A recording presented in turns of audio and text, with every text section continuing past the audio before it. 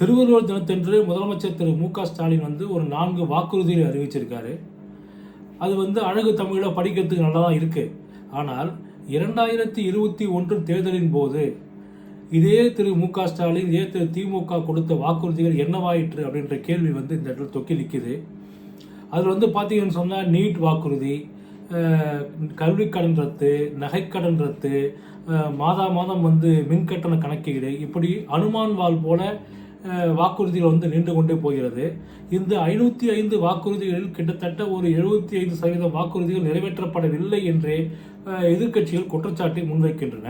இந்த மாதிரி பெரும்பாலான வாக்குறுதிகளை நிறைவேற்றாமல் நாங்கள் யாரையும் பின்தங்க விட மாட்டோம் சொல்லிட்டு அரசு பல 100 கோடி ரூபாய்களை செலவு செய்து விளம்பரம் கொடுப்பது எதற்காக? கள யதார்த்தம் அதைத்தான் பிரதிபலிக்கிறதா?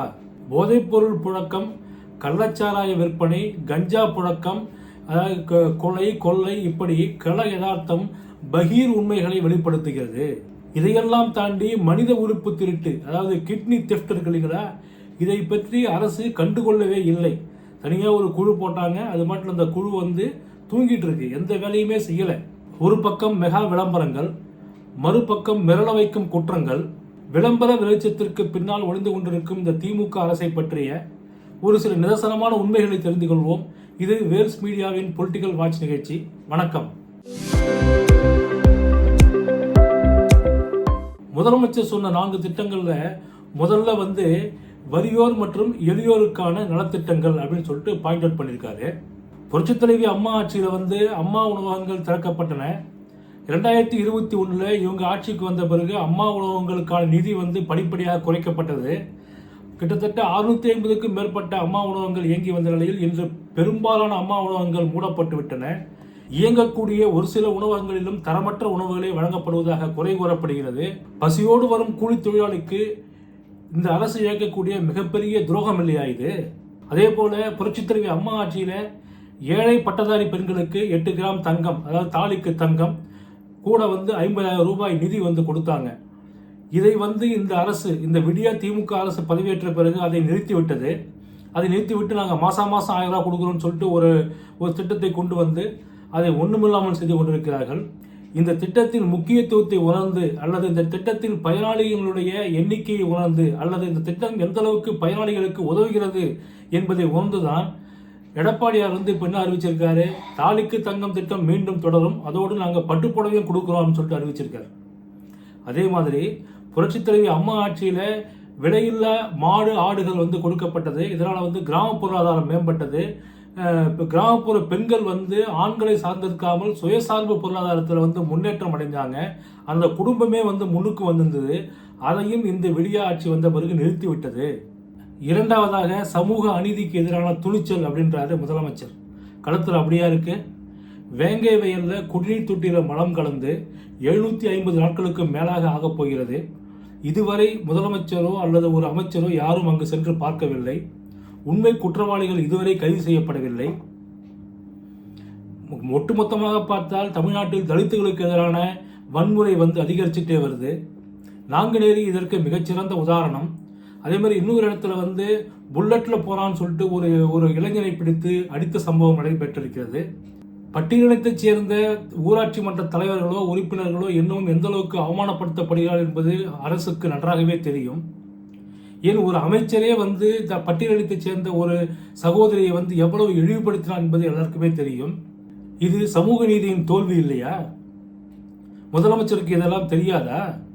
இதற்கெல்லாம் ஒரு படி மேலாக விடுதலை சிறுத்தைகள் கட்சியை சேர்ந்த தொல் திருமாவளவன் பிளாஸ்டிக் சேர் போட்டு அமைச்சர் ஒருவர் அவமானப்படுத்தவில்லையா? அவர் மிகப்பெரிய சோஃபாவில் ராஜா கணக்காக அமர்ந்துகிட்டு இவரை பிளாஸ்டிக் சேர் கொடுத்து அவமானப்படுத்தவில்லையா? மதவாதத்தை எதிர்ப்பதாக நீங்கள் துணிச்சலாக கூறிக்கொண்டாலும் சாதிய வன்முறைகளை தடுப்பதில் நீங்கள் தோல்வியடைந்து விட்டீர்கள்.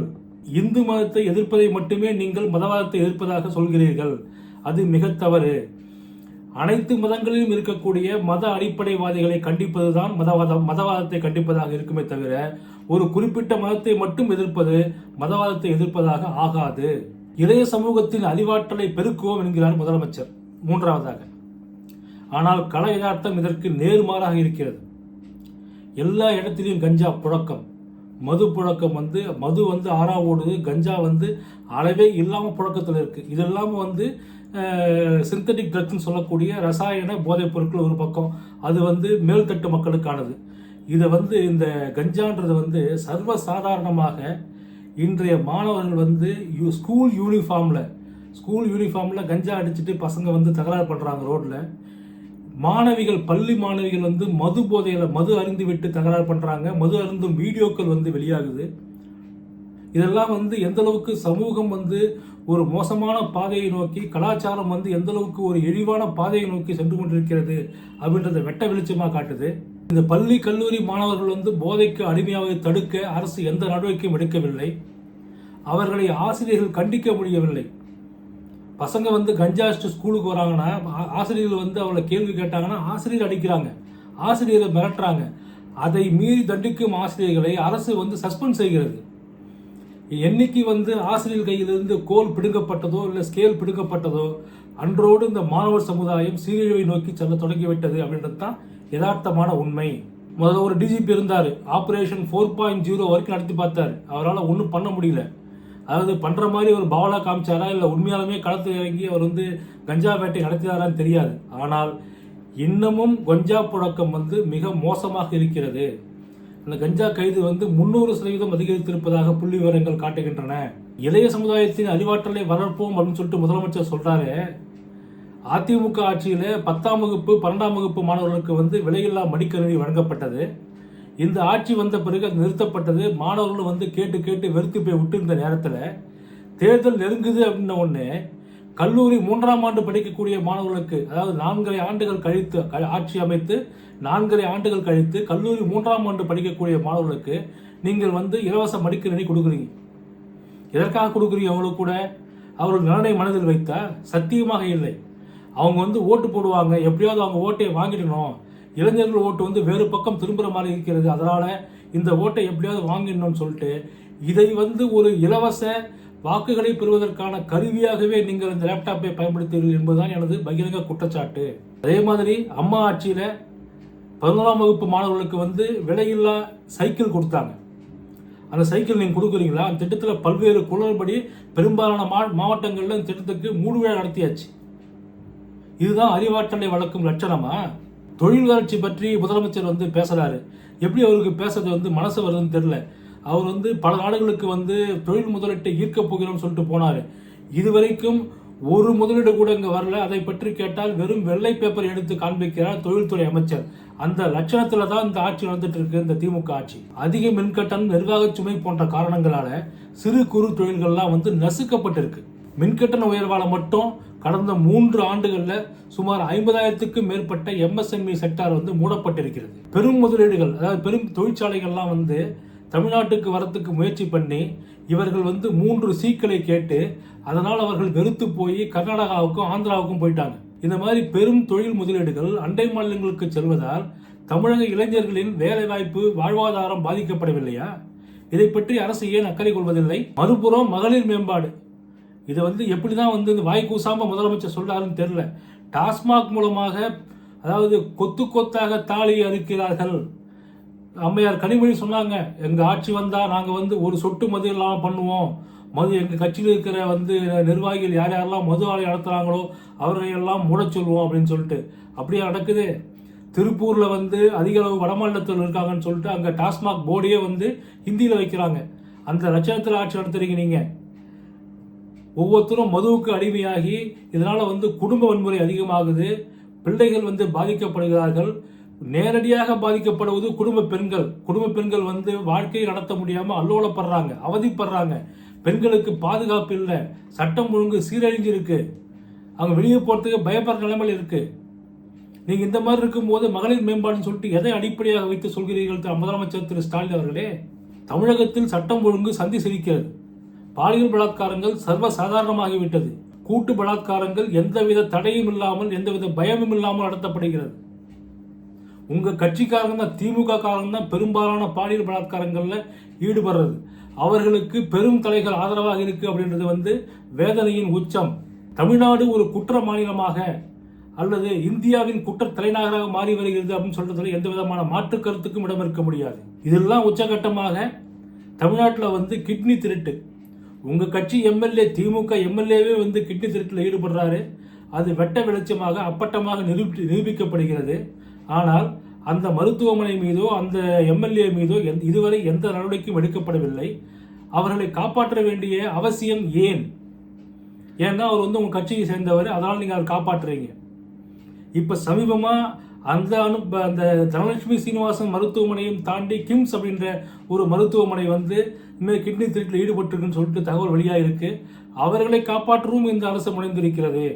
அப்படி என்றால் தமிழக சுகாதாரத்துறைக்கும் இந்த கிட்னி திருடர்களுக்கும் என்ன தொடர்பு என்ற கேள்வி எழுகிறதா இல்லையா? இல்லையா, எந்தவித தொடர்பும் இல்லை என்றால் அவர்களை காப்பாற்ற துடிப்பது ஏன்? இதே தமிழக சுகாதாரத்துறை அமைச்சர் திரு மா சுப்பிரமணியன் என்ன சொல்றாரு, தமிழ்நாட்டில் வந்து கஞ்சாவே இல்லை, கஞ்சா புழக்கம் 0 அப்படின்னாரு. அவர் சொன்ன அன்னைக்கே வந்து பல கிலோ கஞ்சா பிடிப்பட்டது. எப்படி இந்த அளவுக்கு வந்து வாய் கூசாமல் ஒரு பொய்யை சொல்ல ஒரு அமைச்சரால் முடிகிறது? அவர் ஏன் நீங்க என்டர்டெயின் பண்றீங்க? வந்து பாலமேட்டில் வந்து உலக புகழ்பெற்ற ஜல்லிக்கட்டு வந்து நடக்குது. இந்த ஜல்லிக்கட்டை வந்து துவக்கி வைத்தவர் வந்து துணை முதலமைச்சர் திரு உதயநிதி ஸ்டாலின்.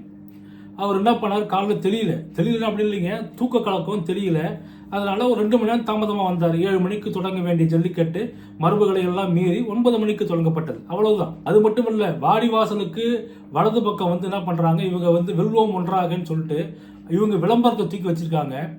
அந்த விளம்பரம் வைக்கக்கூடிய இடத்தில் தான் மாடுபிடி வீரர்கள் வந்து மாடுகளும் தப்பிக்க ஏறி நிற்பார்கள்.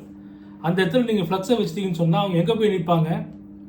இந்த ஜல்லிக்கட்டு அப்படின்றது உங்கள் வீட்டு விளையாட்டா, இல்லை உங்களிடத்தில் நீங்கள் நடத்தும் விளையாட்டா? ஏன் இப்படி ஒரு அராஜகத்தை நீங்கள் செய்து கொண்டிருக்கிறீர்கள்? இதுதான் பாசிசம், இதுதான் மன்னராட்சி, இதுதான் கொடுங்கோல் ஆட்சி. விளம்பரங்களுக்கு செலவிடப்படும் கோடிக்கணக்கான மக்களின் வரிப்பணம் ஒரு பக்கம் இருக்குன்னா, ஒவ்வொரு துறையிலையும் ஊழல் முறைகேடு பல ஆயிரம் கோடிக்கு வந்து தலைவிரிச்சு ஆடுது.